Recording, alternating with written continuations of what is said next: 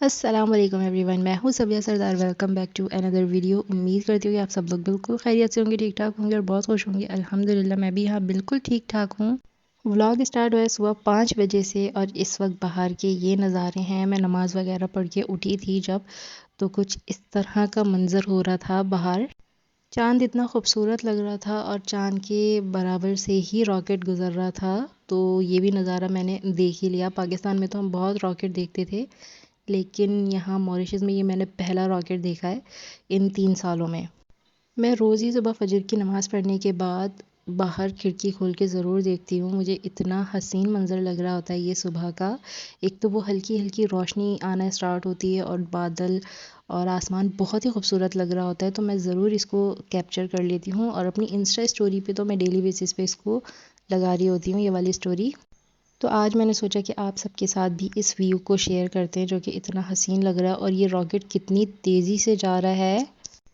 तो बस यहाँ सुबह के नज़ारे करने के बाद मेरी नमाज़ भी हो गई थी, कुरान पाक भी हो गया था, तो फिर मैं जो है सो गई थी। और आजकल मुझे इतनी नींद आने लग गई है कि मैं बता नहीं सकती, बस मुझे मौका मिलता है और मैं सो जाती हूँ। और फिर सुबह उठकर मैंने 8 साढ़े 8 बजे तक नाश्ता किया था और उसके बाद मैं लग गई थी अपने कामों में। जब मैं नाश्ता करने नीचे उतरी तो फिर मैं ऊपर वापस रूम में आई ही नहीं और फिर मैंने सोचा कि खाना शाना पका लेते हैं। और आज मैंने इंतहाई मज़ेदार खाना पकाया है। ये वाली रेसिपी मैंने आपके साथ पहले भी शेयर की थी डिटेल में, तो आज मैंने सोचा कि सरसरी तौर पर शेयर कर देते हैं। लेकिन जो ये मैंने दाल बनाई है आज, वो मैंने बिल्कुल अलग रेसिपी से बनाई है, तो ज़रूर इसको पूरा देखिएगा। काफ़ी टाइम से मैं ये रेसिपी देख रही थी वीडियोस वगैरह में, तो मैंने सोचा कि आज इसको ट्राई करके देखते हैं कि दाल कैसी बनती है। मैं इतनी सारे लवाजमात दाल के अंदर नहीं डालती, मैं बहुत सिंपल तरीके से दाल बनाती हूँ। तो लेकिन आज मैंने बहुत लवाजमात डाल के दाल बनाई है, तो वैसे बनी बहुत मज़े की थी। तो अब आपके साथ भी ये रेसिपी शेयर करते हैं। यहाँ पर मैंने मूंग मसूर की दाल को भिगो दिया है और मैंने साथ चावल भी बनाए थे, तो 1 गिलास मैंने चावल भी भिगो दिए हैं। और यहाँ पर मैंने चने की दाल को पहले से ही उबलने रख दिया ताकि वो गल जाए, क्योंकि चने की दाल इंतहाई टाइम लगाती है गलने में, तो वो आराम से पकती रहेगी। तकरीबन 45 मिनट उसको लग गए थे गलने में।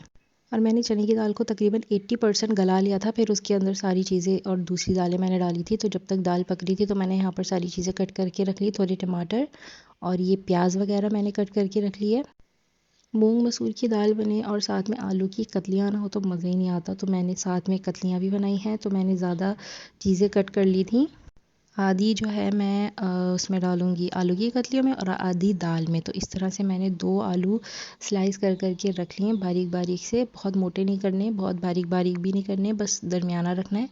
और अब हम बनाते हैं सबसे पहले आलू की कतलियाँ, क्योंकि चने की दाल अभी भी पक रही है और वो बहुत टाइम लगा रही थी, तो मैंने सोचा जब तक आलू की कतलियाँ बना लेते हैं। तो हल्की फुल्की प्याज फ्राई करनी है, लेकिन सबसे पहले ज़ीरा डालना है, प्याज फ्राई करनी है हल्की सी, और उसके अंदर लहसुन अदरक डाल के फिर टमाटर वगैरह डाल के और बेसिक मसाले जो हम डालते हैं रोज़ खाने में, लाल मिर्ची हल्दी और नमक वो अपने हिसाब से मैंने डाल दिया था। और यहाँ पर उसको अच्छे से भूनने के बाद फिर मैंने आलू डाले, उसको फ्राई किया और जितना पानी रिक्वायर्ड था मैंने उतना डाला, जितना भी मतलब जितने पानी में भी आलू गल जाएँ वो सब डाल के फिर मैंने उसको दम पे लगा दिया। और यहाँ पर अब मैं दाल पकाने की तैयारी कर रही हूँ। मूंग मसूर की दाल डालने के बाद फिर यहाँ पर मैंने टमाटर और प्याज ऐड कर दिया और फिर इसमें भी वही बेसिक मसाले, सबसे पहले लहसुन अदरक, फिर लाल मिर्ची हल्दी और नमक डाल के मैंने इसको पकने के लिए रख दिया जब तक दाल थोड़ी गाढ़ी ना हो जाए और गल ना जाए। अच्छा, इसमें मैंने हरी मिर्ची वगैरह ऐड नहीं की क्योंकि मेरे पास हरी मिर्ची और धनिया दोनों ही ख़त्म हो चुका था, तो फिर मैंने ऐसे ही पका लिया। ऐसे भी बहुत मज़े का लग रहा था। अगर आपके पास हरी मिर्ची हो तो वो भी ऐड कर दें, उससे बहुत मज़े का टेस्ट आएगा। यहाँ पर मैंने दाल को तकरीबन 40 मिनट पकाया और यहाँ पर दाल तकरीबन पक चुकी है। और अब जब दाल तकरीबन पक जाएगी, गल जाएगी, तो फिर मैं उसके अंदर हाफ़ टी स्पून गरम मसाला डालूँगी। मुझे गरम मसाला अच्छा लगता है, यहाँ पर तो डालना ही पड़ता है। शादी से पहले मैं दालों में गरम मसाला नहीं डालती थी, लेकिन यहाँ पर ना मज़ा ही नहीं आता कुछ चीज़ों में, मतलब टेस्ट ही नहीं होता, तो फिर टेस्ट डालने के लिए बहुत से मसाले डालने पड़ते हैं, तब जाके टेस्ट बनता है। तो यहाँ पर दाल भी पक चुकी है और मैंने नमक वगैरह टेस्ट कर लिया था और उसके बाद गरम मसाला ऐड करके दाल को बिल्कुल डन कर दिया। और दूसरी तरफ मैंने चावल भी पका लिए और अब यहाँ पर लग रहा है भगार। तकरीबन 11 बजे तक मेरा सारा खाना तैयार हो चुका था, तो अब बस भगार लगा के मैं जाऊँगी अपने रूम में। सबसे पहले रूम की हालत को ठीक करेंगे और फिर उसके बाद अपने बेटे की हालत ठीक करेंगे और उसके बाद लास्ट में अपनी हालत ठीक करेंगे, क्योंकि अपने आप को भी संवारना बहुत ज़रूरी है। सिर्फ घर संवारना और खाने को बनाना ही एक बीवी का काम नहीं होता। चाहे अब सर्दियाँ हों या गर्मियाँ हों, मुझे रोज़ ही नहाना होता है। मैं रोज़ ही चेंज करती हूँ और थोड़ा हल्का फुल्का सा तैयार हो जाती हूँ। और आज मौसम भी थोड़ा अच्छा अच्छा सा हो रहा था, मतलब बहुत धूप भी नहीं थी और बहुत जो है बादल वाला भी नहीं था। अच्छा मौसम था, मज़ेदार सा। तो ये बाहर के कुछ नज़ारे हैं यहाँ के। और अब क्योंकि यहाँ पर आने वाला है नया साल, तो वो जो पेड़ है उसके ऊपर लाल लाल फूल आने लग चुके हैं। मतलब जब नया साल आने वाला होता है तो ये ऐसे होता है, और जब नया साल आ जाता है उसके बाद ये सब कुछ झड़ना शुरू हो जाता है और बिल्कुल खाली हो जाता है ये पेड़। अभी आप देख रहे हैं इसके अंदर ग्रीन ग्रीन पत्ते भी आ चुके हैं और रेड रेड फूल भी आ रहे हैं। तो ये बिल्कुल भर जाएगा दिसंबर तक। फिर मैं आपको दिखाऊंगी ये दिसंबर तक कैसे भर जाता है।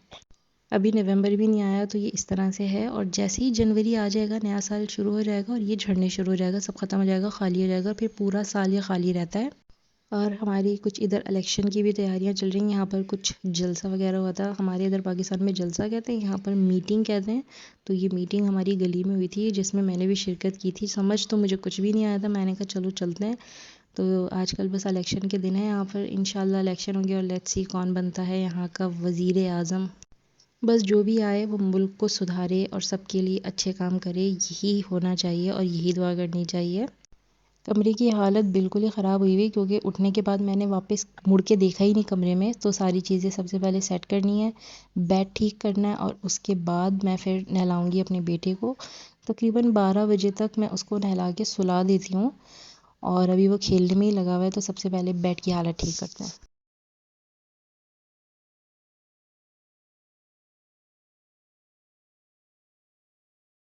चाहे सर्दियाँ हो या गर्मियाँ हो, मैं लाज़मी जो है बेड के ऊपर ब्लैंकेट रखती हूँ।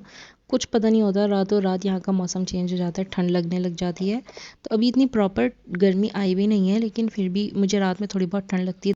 तो लाज़मी रात में ऐसा होता है कि थोड़ी बहुत ठंड लगने लग जाती है, तो फिर मैं पैरों में थोड़ा ब्लैंकेट डाल लेती हूँ तो सुकून हो जाता है। तो बस ऐसे ही है यहाँ का मौसम, कुछ पता नहीं होता। और बस यहाँ पर मेरा रूम हो चुका है सेट। अपने बेटे को नहलाने के बाद फिर मैं उसके बाद खुद फ्रेश होने चली गई थी। तो जब तक मैं फ़्रेश व्रेश हुई और तैयार श्यार हुई तो तब तक मेरा बेटा उठ चुका था। 1 घंटा वो आराम से सोया, और फिर यहाँ पर 1 बज चुका था। ज़ोहर की नमाज़ का टाइम हो गया था, तो मैंने सोचा कि सबसे पहले नमाज़ अदा करते हैं और उसके बाद खाना खाएँगे। तो जब भी मैं नमाज़ पढ़ती हूँ ना, तो मेरा बेटा ये दूसरी जानमाज़ लाकर मुझे दे देता है, और वो ये कहता है कि मेरे लिए बिछाइए। और जिस तरह नमाज़ में हम लोग एक्ट कर रहे होते हैं, सेम वो उसी तरह हम लोगों को कॉपी कर रहा होता है। और यानी कि जो आप करेंगे आपका बच्चा वही करेगा। अगर आप उसके सामने 5 वक्त की नमाज़ पढ़ते हैं तो देखा देखी वो भी यही करेगा, और उसको इंशाल्लाह फ्यूचर में आदत हो जाएगी कि मुझे भी नमाज़ पढ़नी है। तो लाज़मी अपने बच्चों के साथ इस तरह किया करें ताकि उनको समझ में आए, वो स्टेप फॉलो करते हैं, फिर उनको दिल भी चाहता है करने का। तो मैं लाज़मी अपने बेटे के साथ पढ़ती हूँ नमाज़। और बस यहाँ नमाज़ वगैरह पढ़ने के बाद मैं खाना खाने के लिए नीचे आ गई थी, और ये इतने मज़े का खाना बना था। दाल चावल हो गए, बैंगन चावल हो गए, कढ़ी चावल हो गए। ये इतने सुकून वाले खाने हैं ना, आप खाएं तो बस आपको मज़ा ही आ जाता है। और जिस रेसिपी से मैंने ये दाल बनाई है ना, बहुत ही मज़े की बनी है। अगर आप लोग इस तरह ट्राई नहीं करते तो ज़रूर ट्राई कीजिएगा। और दाल चावल के साथ मेरे पास थी आलू की कतलियाँ, और ये मैंने हरी मिर्चें फ्राई करके पहले से ही रखी होती है फ्रिज में। जब मैं दाल चावल बनाती हूँ तो मैं ये खा लेती हूँ। तो बस हमारा ये लंच था। अच्छे से अपना लंच एंजॉय किया, मज़े से खाया बहुत।